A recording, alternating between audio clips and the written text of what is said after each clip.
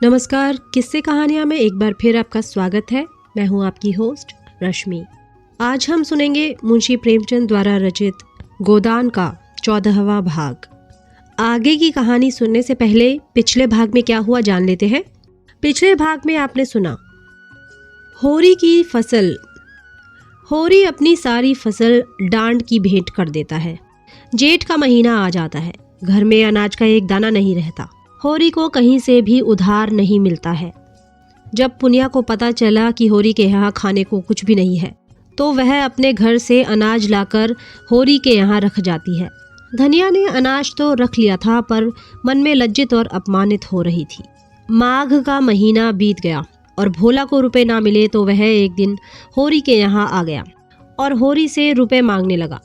लेकिन होरी ने कह दिया कि मेरे पास रुपए नहीं है। यह सुनकर भोला कहता है कि मैं तुम्हारे दोनों बैल खोल ले जाऊंगा।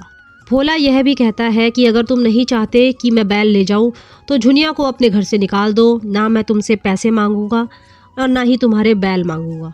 होरी और धनिया ऐसा करने से मना कर देते हैं और कहते हैं कि जो तुम्हारी इच्छा हो तो बैल लेके चले जाओ।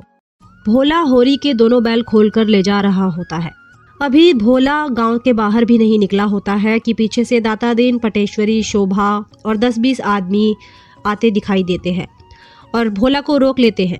तभी होरी वहां आकर कहता है, मैं भोला को रुपए नहीं दे पाया, इसीलिए वह बैल खोल के ले जा रहा है।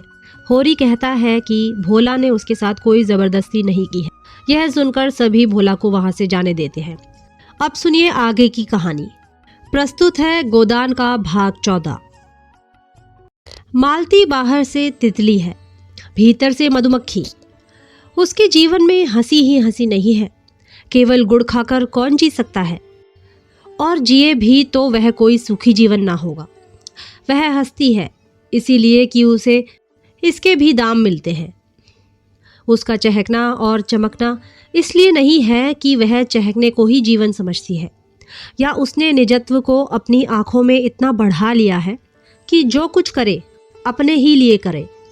नहीं, वह क्योंकि चहकती है और विनोद करती है कि इससे उसके कर्तव्य का भार कुछ हल्का हो जाता है।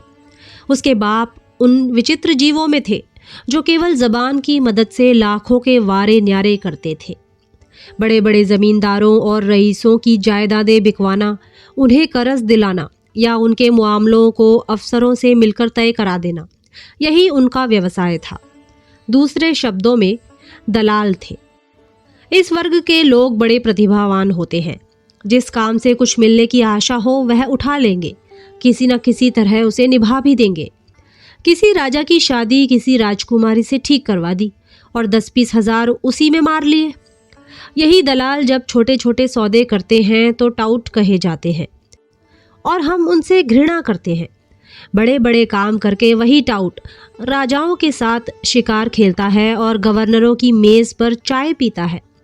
मिस्टर कॉल उन्हीं भाग्यवानों में से थे। उनके 3 लड़कियां ही लड़कियां थीं। उनका विचार था कि तीनों को इंग्लैंड भेजकर शिक्षा के शिखर पर पहुंचा दें। अन्य बहुत से बड़े आदमियों की तरह उनका भी ख्याल था कि इंग्लैंड में शिक्षा पाकर आदमी कुछ और ही हो जाता है। शायद वहाँ के जलवायु में बुद्धि को तेज कर देने की कोई शक्ति है, मगर उनकी यह कामना 1/3 से ज्यादा पूरी ना हुई। मालती इंग्लैंड में ही थी कि उन पर फालिज गिरा और बेकाम कर गया। अब बड़ी मुश्किल से 2 आदमियों के सहारे उठते बैठते थे। जबान तो बिल्कुल बंद ही हो गई, और जब जबान ही बंद हो गई तो आमदनी भी बंद हो गई। जो कुछ थी जबान ही की कमाई थी। कुछ बचा रखने की उनकी आदत न थी। अनियमित आय थी और अनियमित खर्च था। इसलिए इधर कई साल से बहुत तंगहाल हो रहे थे। सारा दायित्व मालती पर आ पड़ा। मालती के 400-500 रुपए में वह भोग विलास और ठाट बाट तो क्या निभता। हाँ, इतना था कि दोनों लड़कियों की शिक्षा होती जाती थी और भले मानसों की तरह जिंदगी बसर होती थी। मालती सुबह से पहर रात तक दौड़ती रहती थी। चाहती थी कि पिता सात्विकता के साथ रहें, लेकिन पिताजी को शराब कबाब का ऐसा चस्का पड़ा था कि किसी तरह गला न छोड़ता था। कहीं से कुछ न मिलता तो एक महाजन से अपने बंगले पर प्रोनोट लिखकर 1000-2000 ले लेते थे। महाजन उनका पुराना मित्र था, जिसने उनकी बदौलत लेन देन में लाखों कमाए थे और मुरावत के मारे कुछ बोलता न था। उसके 25,000 चढ़ चुके थे और जब चाहता कुर्की करा सकता था, मगर मित्रता की लाज निभाता जाता था। आत्मसेवियों में जो निर्लज्जता आ जाती है वह कौल में भी थी। तकाजे हुआ करें, उन्हें परवाह न थी। मालती उनके अपव्यय पर झुंझलाती रहती थी, लेकिन उसकी माता जो साक्षात देवी थी और इस युग में भी पति की सेवा को नारी जीवन का मुख्य हेतु समझती थी, उसे समझाती रहती थी। इसलिए गृहयुद्ध ना होने पाता था। संध्या हो गई थी, हवा में अभी तक गर्मी थी, आकाश में धुंध छाया हुआ था। मालती और उसकी दोनों बहनें बंगले के सामने घास पर बैठी हुई थीं। पानी ना पाने के कारण वहां की दूब जल गई थी और भीतर की मिट्टी निकल आई थी। मालती ने पूछा, माली क्या बिल्कुल पानी नहीं देता? मंझली बहन सरोज ने कहा, पड़ा पड़ा सोया करता है सुअर, जब कहो तो 20 बहाने निकालने लगता है। सरोज बीए में पढ़ती थी, दुबली सी, लंबी, पीली, रूखी, कटु। उसे किसी की कोई बात पसंद ना आती थी, हमेशा ऐब निकालती रहती थी। डॉक्टरों की सलाह थी कि वह कोई परिश्रम ना करे और पहाड़ पर रहे, लेकिन घर की स्थिति ऐसी न थी कि उसे पहाड़ पर भेजा जा सके। सबसे छोटी वरदा को सरोज से इसीलिए द्वेष था कि सारा घर सरोज को हाथों हाथ लिए रहता था। वह चाहती थी जिस बीमारी में इतना स्वाद है वह उसे ही क्यों नहीं हो जाती। गोरी सी, गर्वशील, स्वस्थ, चंचल आंखों वाली बालिका थी, जिसके मुख पर प्रतिभा की झलक थी। सरोज के सिवा उसे सारे संसार से सहानुभूति थी। सरोज की कथन का विरोध करना उसका स्वभाव था। बोली, दिन भर दादाजी बाजार भेजते रहते हैं, फुर्सत ही कहाँ पाता है, मरने को छुट्टी तो मिलती नहीं, पड़ा पड़ा सोएगा। सरोज ने डांटा, दादाजी उसे कब बाजार भेजते हैं री, झूठी कहेगी? रोज भेजते हैं, रोज।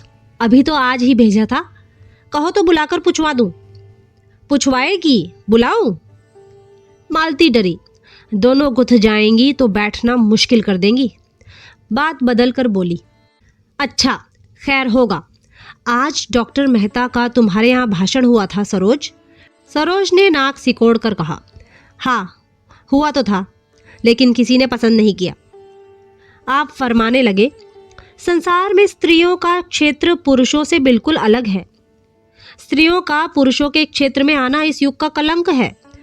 सब लड़कियों ने तालियां और सीटियां बजानी शुरू की। बेचारे लज्जित होकर बैठ गए। कुछ अजीब से आदमी मालूम होते हैं।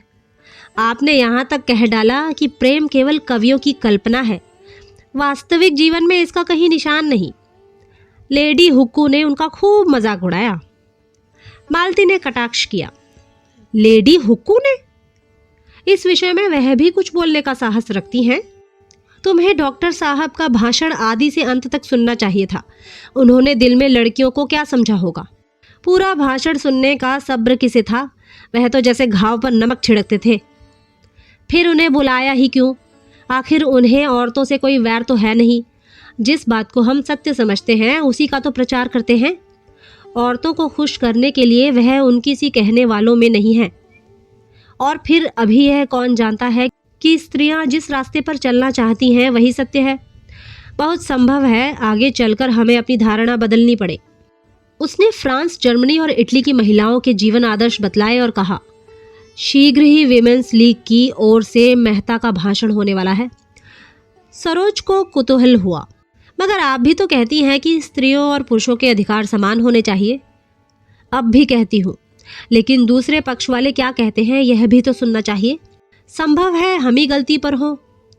यह लीग इस नगर की नई संस्था है और मालती के उद्योग से खुली है। नगर की सभी शिक्षित महिलाएं उसमें शरीक हैं। मेहता के पहले भाषण ने महिलाओं में बड़ी हलचल मचा दी थी और लीग ने निश्चय किया था कि उनका खूब दंडाशिकन जवाब दिया जाएगा। मालती ही पर यह भार डाल दिया गया था। मालती कई दिन तक अपने पक्ष के समर्थन में युक्तियां और प्रमाण खोजती रही और भी कई देवियां अपने भाषण लिख रही थी। उस दिन जब मेहता शाम को लीग के हॉल में पहुंचे तो जान पड़ता था हॉल फट जाएगा। उन्हें गर्व हुआ, उनका भाषण सुनने के लिए इतना उत्साह। और वह उत्साह केवल मुख पर और आंखों में न था। आज सभी देवियां सोने और रेशम से लदी हुई थीं, मानो किसी बारात में आई हो। मेहता को परास्त करने के लिए पूरी शक्ति से काम लिया गया था, और यह कौन कह सकता है कि जगमगाहट शक्ति का अंग नहीं है। मालती ने तो आज के लिए नए फैशन की साड़ी निकाली थी, नए कॉट के जंपर बनवाए थे और रंग रोगन और फूलों से खूब सजी हुई थी, मानो उसका विवाह हो रहा हो। विमेंस लीग में इतना समारोह और कभी ना हुआ था। डॉक्टर मेहता अकेले थे, फिर भी देवियों के दिल कांप रहे थे। सत्य की एक चिंगारी असत्य के एक पहाड़ को भस्म कर सकती है। सबसे पीछे की सफ में मिर्जा और खन्ना और संपादक जी भी विराज रहे थे। राय साहब भाषण शुरू होने के बाद आए और पीछे खड़े हो गए। मिर्जा ने कहा, आ जाइए आप भी, खड़े कब तक रहिएगा? राय साहब बोले, नहीं भाई, यहाँ मेरा दम घुटने लगेगा। तो मैं खड़ा होता हूँ, आप बैठिए। राय साहब ने उनके कंधे दबाए।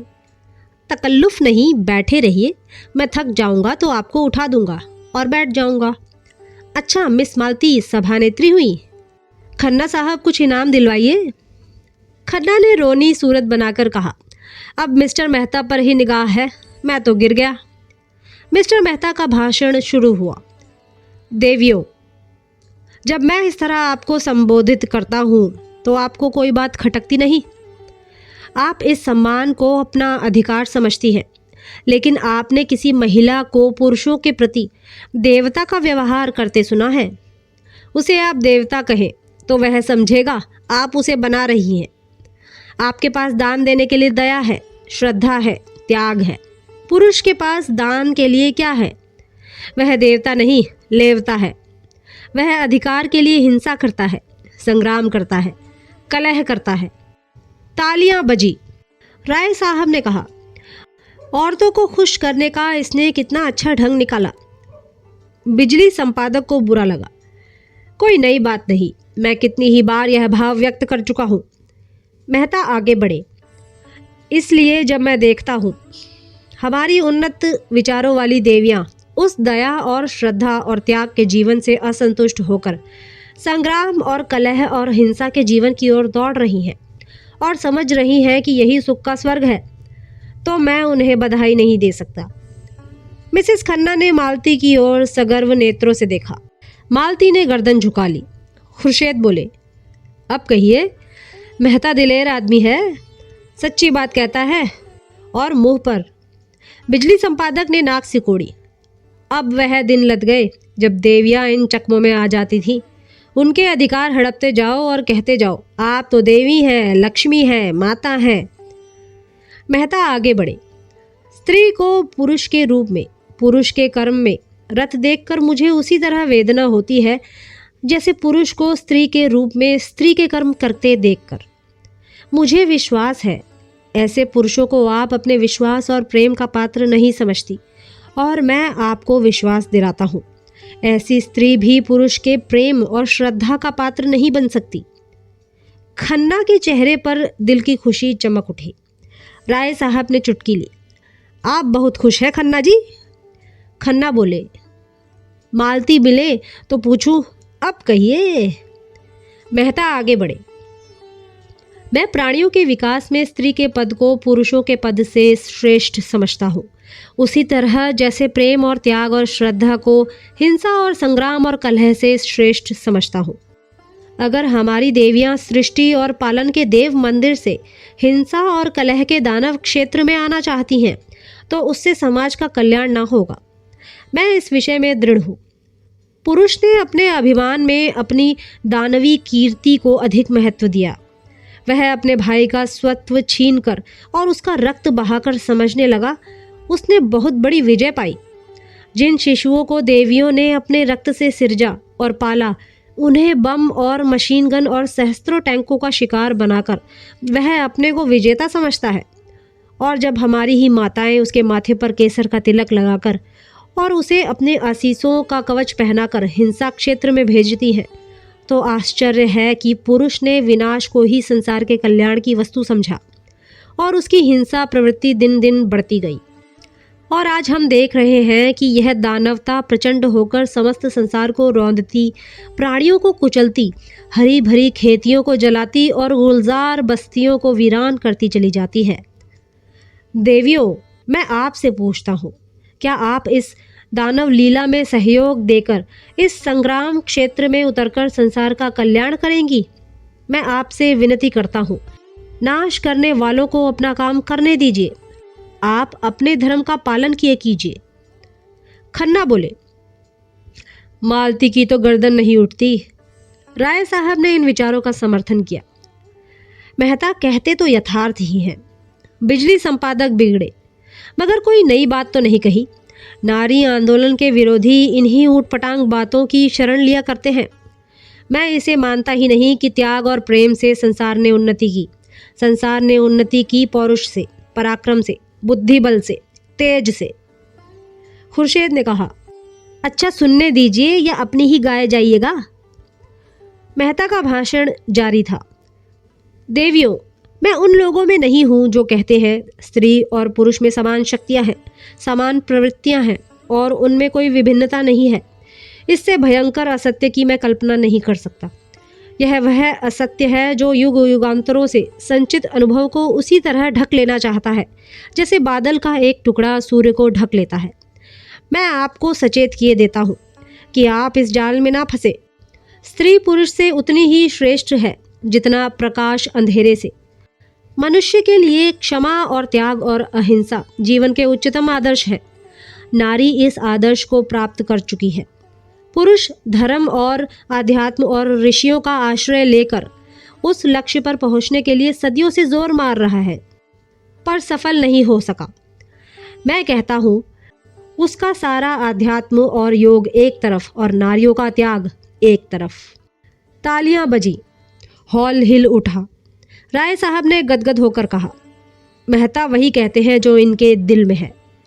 ओमकार नाथ ने टीका की, लेकिन बातें सभी पुरानी हैं, सड़ी हुई। पुरानी बात भी आत्मबल के साथ कही जाती है तो नई हो जाती है। जो 1000 रुपये हर महीने फटकार कर विलास में उड़ाता हो, उसमें आत्मबल जैसी वस्तु नहीं रह सकती। यह केवल पुराने विचार की नारियों और पुरुषों को प्रसन्न करने के ढंग है। खन्ना ने मालती की ओर देखा। यह क्यों फूली जा रही हैं? इन्हें तो शर्माना चाहिए। खुर्शीद ने खन्ना को उकसाया, अब तुम भी एक तकरीर डालो खन्ना, नहीं मेहता तुम्हें उखाड़ फेंकेगा। आधा मैदान तो उसने अभी मार लिया है। खन्ना खिसियाकर बोले, मेरी ना कहिए, मैंने ऐसी कितनी चिड़िया फंसाकर छोड़ दी हैं। राय साहब ने खुर्शीद की तरफ आंख मारकर कहा, आजकल आप महिला समाज की तरफ आते जाते हैं, सच कहना कितना चंदा दिया? खन्ना पर झेप छा गई। मैं ऐसे समाजों को चंदे नहीं दिया करता जो कला का ढोंग रचकर दुराचार फैलाते हैं। मेहता का भाषण जारी था। पुरुष कहता है, जितने दार्शनिक और वैज्ञानिक आविष्कारक हुए हैं वह सब पुरुष थे। जितने बड़े बड़े महात्मा हुए हैं वह सब पुरुष थे। सभी योद्धा, सभी राजनीति के आचार्य, बड़े बड़े नाविक, बड़े बड़े सब कुछ पुरुष थे। लेकिन इन बड़ों बड़ों के समूहों ने मिलकर किया क्या? महात्माओं और धर्म प्रवर्तकों ने संसार में रक्त की नदियां बहाने और वैमनस्य की आग भड़काने के सिवा और क्या किया? योद्धाओं ने भाइयों की गर्दनें काटने के सिवा और क्या यादगार छोड़ी? राजनीतिज्ञों की निशानी अब केवल लुप्त साम्राज्यों के खंडहर रह गए हैं और आविष्कारकों ने मनुष्य को मशीन का गुलाम बना देने के सिवा और क्या समस्या हल कर दी? पुरुषों की रची हुई इस संस्कृति में शांति कहाँ है? सहयोग कहाँ है? ओमकारनाथ उठकर जाने को हुए। विलासियों के मुंह से बड़ी बड़ी बातें सुनकर मेरी देह भस्म हो जाती है। खुर्शीद ने उनका हाथ पकड़कर बैठाया। आप भी संपादक जी निरे पोंगा ही रहे। अजी यह दुनिया है जिसके जी में जो आता है बकता है। कुछ लोग सुनते हैं और तालियां बजाते हैं। चलिए किस्सा खत्म। ऐसे ऐसे बेशुमार महते आएंगे और चले जाएंगे और दुनिया अपनी रफ्तार से चलती रहेगी। यहाँ बिगड़ने की कौन सी बात है? असत्य सुनकर मुझसे सहा नहीं जाता। राय साहब ने उन्हें और चढ़ाया। कुल्टा के मुंह से सतियों की सी बात सुनकर किसका जीना जलेगा? ओमकारनाथ फिर बैठ गए। मेहता का भाषण जारी था। मैं आपसे पूछता हूँ, क्या बाज को चिड़ियों का शिकार करते देखकर हंस को यह शोभा देगा कि वह मानसरोवर की आनंदमयी शांति को छोड़कर चिड़ियों का शिकार करने लगे? और अगर वह शिकारी बन जाए तो आप उसे बधाई देंगी? हंस के पास उतनी तेज चोंच नहीं है, उतने तेज चंगुल नहीं है, उतनी तेज आंखें नहीं है, उतने तेज पंख नहीं है और उतनी तेज रक्त की प्यास नहीं है। उन अस्त्रों का संचय करने में उसे सदियां लग जाएंगी, फिर भी वह बाज बन सकेगा या नहीं, इसमें संदेह है। मगर बाज बने या ना बने, वह हंस ना रहेगा, वह हंस जो मोती चुगता है। खुर्शीद ने टीका की, यह तो शायरों की सी दलीलें हैं। मादा बाज भी उसी तरह शिकार करती है जैसे नर बाज। ओमकारनाथ प्रसन्न हो गए। उस पर आप फिलासफर बनते हैं, इसी तर्क के बल पर? खन्ना ने दिल का गुबार निकाला। फिलासफर की दुम है। फिलासफर वह है जो, ओमकारनाथ ने बात पूरी की, जो सत्य से जौ भर भी न टले। खन्ना को यह समस्या पूर्ति नहीं रुची। मैं सत्यवत्य नहीं जानता, मैं तो फिलासफर उसे कहता हूं जो फिलासफर हो सच्चा। खुर्शीद ने दाद दी।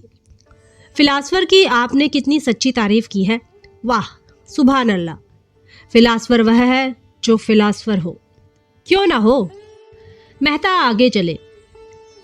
मैं नहीं कहता देवियों को विद्या की जरूरत नहीं है और पुरुषों से अधिक। मैं नहीं कहता देवियों को शक्ति की जरूरत नहीं है और पुरुषों से अधिक। लेकिन वह विद्या और वह शक्ति नहीं जिससे पुरुष ने संसार को हिंसा क्षेत्र बना डाला है।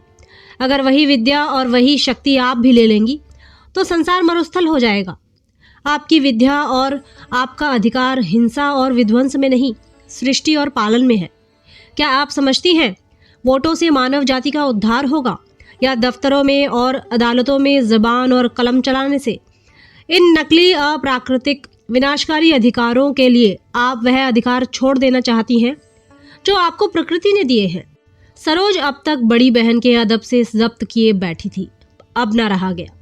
पुकार उठी, हमें वोट चाहिए पुरुषों के बराबर। और कई युवतियों ने हाँक लगाई, वोट वोट। ओमकारनाथ ने खड़े होकर ऊंचे स्वर में कहा, नारी जाति के विरोधियों की पगड़ी नीची हो।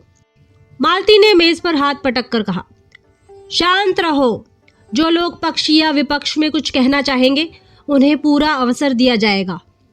मेहता बोले, वोट नए युग का माया जाल है, मरीचिका है, कलंक है, धोखा है। उसके चक्कर में पड़कर आप ना इधर की होंगी ना उधर की। कौन कहता है कि आपका क्षेत्र संकुचित है और उसमें आपको अभिव्यक्ति का अवकाश नहीं मिलता? हम सभी पहले मनुष्य हैं, पीछे और कुछ। हमारा जीवन हमारा घर है, वही हमारी सृष्टि होती है, वही हमारा पालन होता है, वहीं जीवन के सारे व्यापार होते हैं। अगर वह क्षेत्र परिमित है तो अपरिमित कौन सा क्षेत्र है? क्या वह संघर्ष जहां संगठित अपहरण है? जिस कारखाने में मनुष्य और उसका भाग्य बनता है उसे छोड़कर आप उन कारखानों में जाना चाहती हैं जहां मनुष्य पीसा जाता है, जहां उसका रक्त निकाला जाता है। मिर्जा ने टोका, पुरुषों के जुल्म ने ही तो उनमें बगावत की यह स्पिरिट पैदा की है। मेहता बोले, बेशक पुरुषों ने अन्याय किया है, लेकिन उसका यह जवाब नहीं है, अन्याय को मिटाइए लेकिन अपने को मिटाकर नहीं। मालती बोली, नारियां इसीलिए अधिकार चाहती हैं कि उनका सदुपयोग करे और पुरुषों को उनका दुरुपयोग करने से रोके। मेहता ने उत्तर दिया, संसार में सबसे बड़े अधिकार सेवा और त्याग से मिलते हैं और वह आपको मिले हुए हैं। उन अधिकारों के सामने वोट कोई चीज़ नहीं। मुझे खेद है, हमारी बहनें पश्चिम का आदर्श ले रही हैं, जहां नारी ने अपना पद खो दिया है और स्वामिनी से गिरकर विलास की वस्तु बन गई है। पश्चिम की स्त्री स्वच्छंद होना चाहती है, इसलिए कि वह अधिक से अधिक विलास कर सके। हमारी माताओं का आदर्श कभी विलास नहीं रहा।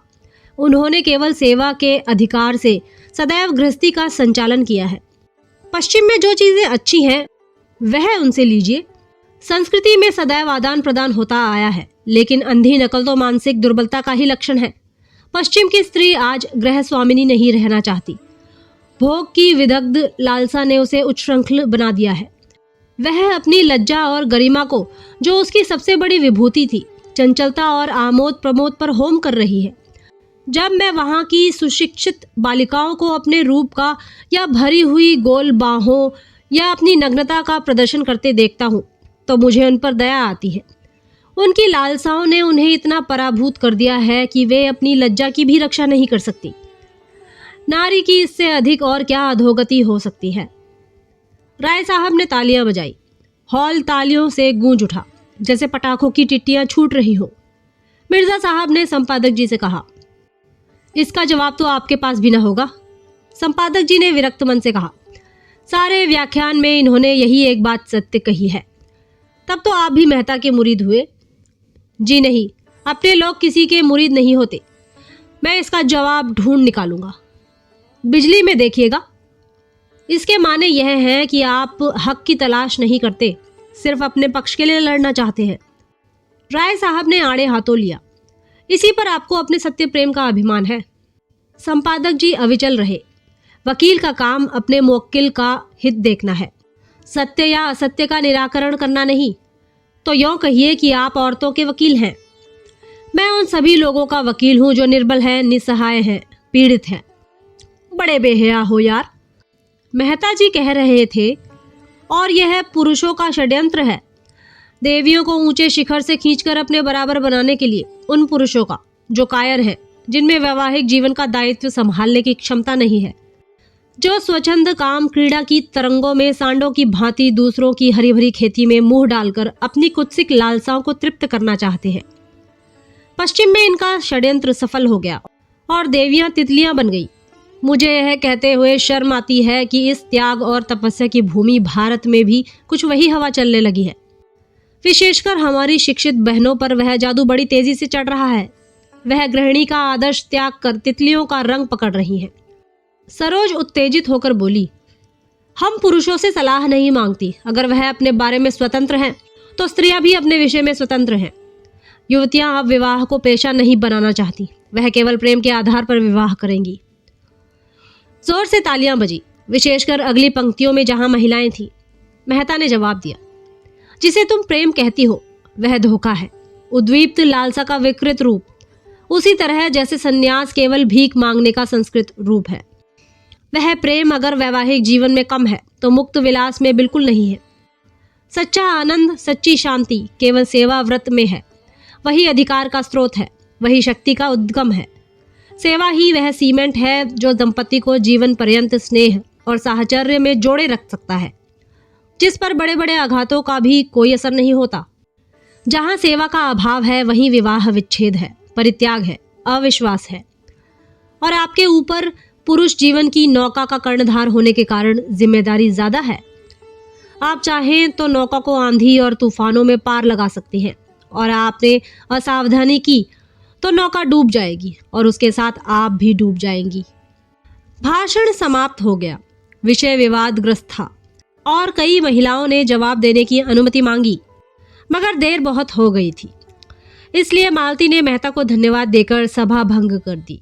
हाँ, यह सूचना दे दी गई कि अगले रविवार को इसी विषय पर कई देवियां अपने विचार प्रकट करेंगी। राय साहब ने मेहता को बधाई दी। आपने मन की बातें कही मिस्टर मेहता, मैं आपके एक एक शब्द से सहमत हूँ। मालती हंसी। आप क्यों ना बधाई देंगे, चोर चोर मौसेरे भाई जो होते हैं ना। मगर यह सारा उपदेश गरीब नारियों ही के सिर क्यों थोपा जाता है? उन्हीं के सिर क्यों आदर्श और मर्यादा और त्याग सब कुछ पालन करने का भार पटका जाता है? मेहता बोले, इसलिए कि वह बात समझती हैं। खन्ना ने मालती की ओर अपनी बड़ी बड़ी आंखों से देखकर मानो उसके मन की बात समझने की चेष्टा करते हुए कहा, डॉक्टर साहब के ये विचार मुझे तो कोई 100 साल पिछड़े हुए मालूम होते हैं। मालती ने कटु होकर पूछा, कौन से विचार? यही सेवा और कर्तव्य आदि। तो आपको ये विचार 100 साल पिछड़े हुए मालूम होते हैं, तो कृपा करके अपने ताजे विचार बतलाइए। दंपति कैसे सुखी रह सकते हैं, इसका कोई ताजा नुस्खा है आपके पास है? खन्ना खिसिया गए। बात कही मालती को खुश करने के लिए, वह और तिनक उठी। बोली, यह नुस्खा तो मेहता साहब को मालूम होगा। डॉक्टर साहब ने तो बतला दिया, और आपके ख्याल में वह 100 साल पुराना है, तो नया नुस्खा आपको बतलाना चाहिए। आपको ज्ञात नहीं कि दुनिया में ऐसी बहुत सी बातें हैं जो कभी पुरानी हो ही नहीं सकती। समाज में इस तरह की समस्याएं हमेशा उठती रहती हैं और हमेशा उठती रहेंगी। मिसेस खन्ना बरामदे में चली गई थी। मेहता ने उनके पास जाकर प्रणाम करते हुए पूछा, मेरे भाषण के विषय में आपकी क्या राय है? मिसेस खन्ना ने आंखें झुकाकर कहा, अच्छा था, बहुत अच्छा, मगर अभी आप अविवाहित हैं। सभी नारियां देवियां हैं, श्रेष्ठ हैं, कर्णधार हैं। विवाह कर लीजिए तो पूछूंगी अब नारियां क्या हैं। और विवाह आपको करना पड़ेगा क्योंकि आप विवाह से मुंह चुराने वाले मर्दों को कायर कह चुके हैं। मेहता हंसे, उसी के लिए तो जमीन तैयार कर रहा हूं। मिस मालती से जोड़ा भी अच्छा है। शर्त यही है कि वह कुछ दिन आपके चरणों में बैठकर आपसे नारी धर्म सीखे। वही स्वार्थी पुरुषों की बात, आपने पुरुष कर्तव्य सीख लिया है। यही सोच रहा हूं किससे सीखूं। मिस्टर खन्ना आपको बहुत अच्छी तरह सिखा सकते हैं। मेहता ने कहा मारा, नहीं, मैं पुरुष कर्तव्य भी आप ही से सीखूंगा। अच्छी बात है, मुझी से सीखिए। पहली बात यही है कि भूल जाइए कि नारी श्रेष्ठ है और सारी जिम्मेदारी उसी पर है। श्रेष्ठ पुरुष है और उसी पर गृहस्थी का सारा भार है। नारी में सेवा और संयम और कर्तव्य सब कुछ वही पैदा कर सकता है। अगर उसमें इन बातों का अभाव है तो नारी में भी अभाव रहेगा। नारियों में आज जो यह विद्रोह है, इसका कारण पुरुष का इन गुणों से शून्य हो जाना है। मिर्जा साहब ने आकर मेहता को गोद में उठा लिया और बोले, मुबारक। मेहता ने प्रश्न की आंखों से देखा, आपको मेरी तकरीर पसंद आई? तकरीर तो खैर जैसी थी वैसी थी, मगर कामयाब खूब रही। आपने परी को शीशे में उतार लिया। अपनी तकदीर सराहिए कि जिसने आज तक किसी को मुंह नहीं लगाया वह आपका कलमा पढ़ रही है। मिसेस खन्ना दबी जबान से बोली, जब नशा ठहर जाए तो कहिए।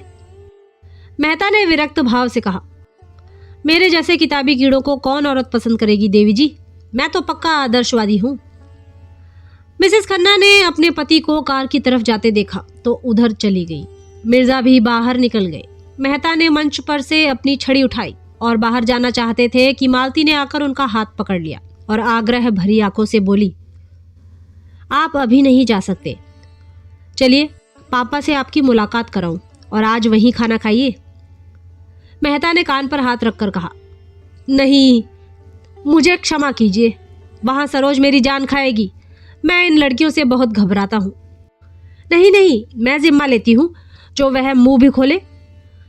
अच्छा आप चलिए, मैं थोड़ी देर में आऊंगा। जी नहीं, यह ना होगा। मेरी कार सरोज को लेकर चल दी, आप मुझे पहुंचाने तो चलेंगे ही। दोनों मेहता की कार में बैठे। कार चली। एक क्षण के बाद मेहता ने पूछा, मैंने सुना है खन्ना साहब अपनी बीबी को मारा करते हैं। तब से मुझे इनकी सूरत से नफरत हो गई। जो आदमी इतना निर्दयी हो उसे मैं आदमी नहीं समझता। उस पर आप नारी जाति के बड़े हितैषी बनते हैं। तुमने उन्हें कभी समझाया नहीं? मालती उद्विग्न होकर बोली, ताली हमेशा दो हथेलियों से बजती है, यह आप भूल जाते हैं। मैं तो ऐसे किसी कारण की कल्पना ही नहीं कर सकता कि कोई पुरुष अपनी स्त्री को मारे, चाहे स्त्री कितनी भी बदजुबान हो। हाँ, कितनी ही। तो आप एक नए किस्म के आदमी हैं। अगर मर्द बदमिजाज है तो तुम्हारी राय में उस मर्द पर हंटरों की बौछार करनी चाहिए। क्यों? स्त्री जितनी क्षमाशील हो सकती है पुरुष नहीं हो सकता। आपने खुद आज यह बात स्वीकार की है। तो औरत की क्षमाशीलता का यही पुरस्कार है। मैं समझता हूँ तुम खन्ना को मुंह लगाकर उसे और भी शह देती हो।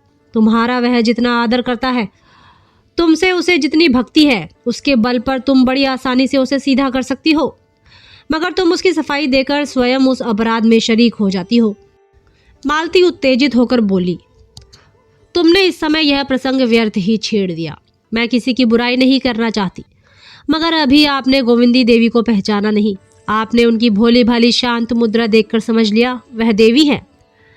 मैं उन्हें इतना ऊंचा स्थान नहीं देना चाहती। उन्होंने मुझे बदनाम करने का जितना प्रयत्न किया है, मुझ पर जैसे जैसे आघात किए हैं, वह बयान करूं तो आप दंग रह जाएंगे और तब आपको मानना पड़ेगा कि ऐसी औरत के साथ यही व्यवहार होना चाहिए। आखिर उन्हें आपसे इतना द्वेष है, इसका कोई कारण तो होगा। कारण उनसे पूछिए, मुझे किसी के दिल का हाल क्या मालूम।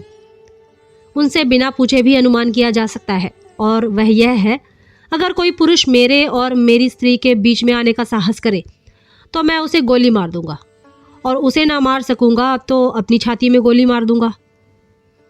इसी तरह अगर मैं किसी स्त्री को अपने और अपनी स्त्री के बीच में लाना चाहूं तो मेरी पत्नी को भी अधिकार है कि वह जो चाहे करे। इस विषय में मैं कोई समझौता नहीं कर सकता।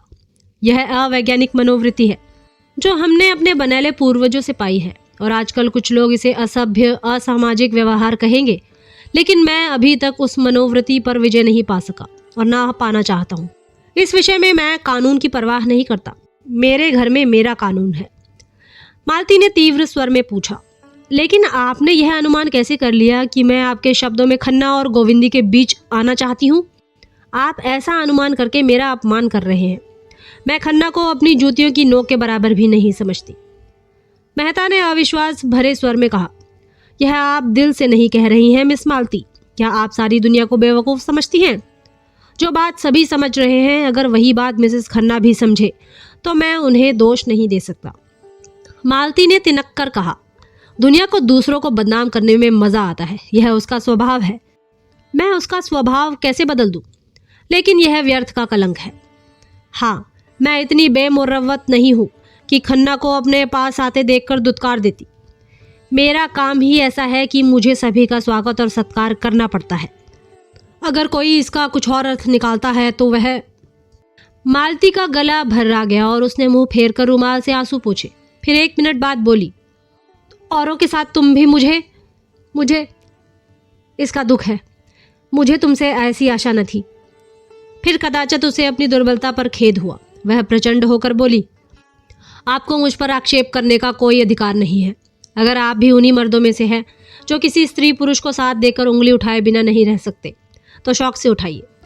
मुझे रत्ती भर परवाह नहीं।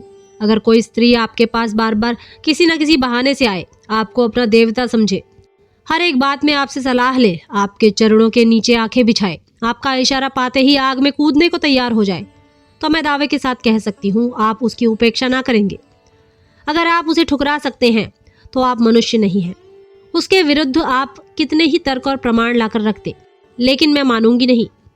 मैं तो कहती हूँ उपेक्षा तो दूर रही, ठुकराने की बात ही क्या।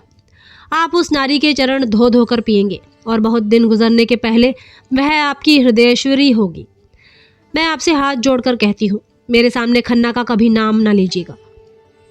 मेहता ने इस ज्वाला में मानो हाथ सेकते हुए कहा, शर्त यही है कि मैं खन्ना को आपके साथ ना देखूं।